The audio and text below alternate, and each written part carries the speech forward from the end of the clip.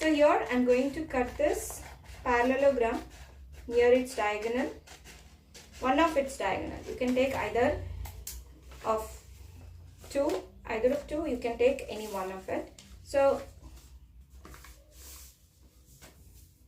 if you observe very carefully, what did you notice now? We got the two triangles, right? Both the triangles, how are they? They are superimposing on each other. It means they are congruent triangles, right? See, and before it was actually like this.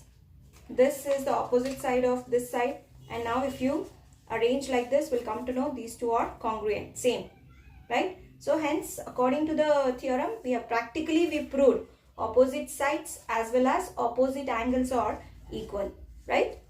This is a practical method of proving parallelograms, opposite sides and opposite angles equal. Now, the same thing we have to do theoretically, right? So, to do theoretically, here practically we use the two triangles. Same way, theoretically also we have to use the congruent triangles.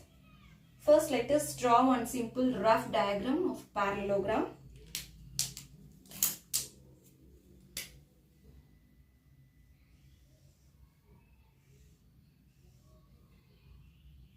Just take P, Q, R, S. Okay. So what is given here? Given is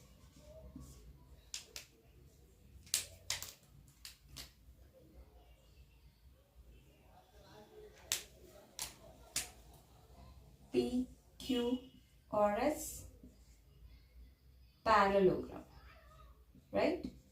Then what you need to prove? We need to prove that opposite sides, that is PS equals RQ and PQ equals SR, as well as angle P equals angle R and angle S equals angle Q. This is what we need to prove. So for that, for proof, we are using what we have used here, two triangles, congruent triangles. Same way we are going to use. So that tool what we are using here, it is called as congruency rule, right? You would have studied in grade 7.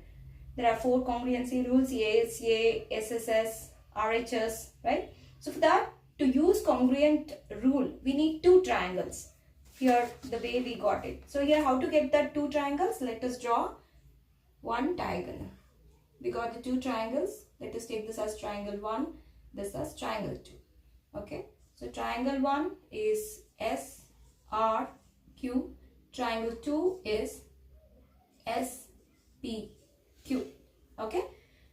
After taking the two triangles, we have to check what is common in these two triangles, right? If you notice very carefully, what is the first thing, what is the common thing we can notice in between these two triangles? Yes, that is the side, the diagonal SQ is common for both the two triangles. So we can write SQ is equal to SQ, and it is very important to write the reason. The reason is your common side. Next. Okay. Now, either common side we have to check or common angle we have to check. Sides we need to prove here. This is the thing. So, the one we need to prove, we can't take it in proof. So, what is the left out thing? If you notice very carefully, this is nothing but transversal. SQ is acting like a transversal. SR and PQ is acting like a parallel. So, if this is transversal and these two are parallel, as this is a parallelogram, so we can take these two lines as parallel, then this will become transversal. So, it is forming Z angle, that is these two angles are equal, that is alternate interior angle, right? We have studied in transversal concept. According to transversal, whenever a line passes through any two parallel lines, it forms the angles which are going to be equal angles, right? Alternate interior angle. Let me call this as angle 1 and this as angle 2. So angle 1 in SRQ is equal to angle 2. Okay, SRQ, angle 2. Angle 2 in SRQ is equal to angle 1 in SPQ. Right? Next, same way we can take these two angles now. This angle and this angle are again alternate interior. Let me call this as angle 3 and angle 4. Okay. So, angle 3 in SRQ is equal to angle 4 in SPQ. Reason, alternate interior angles, right?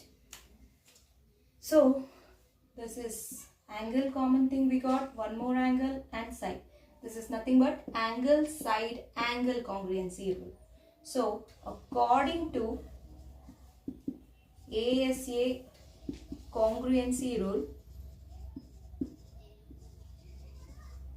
triangle SRQ is congruent to triangle. What is the corresponding side of S? So the corresponding side of S is Q.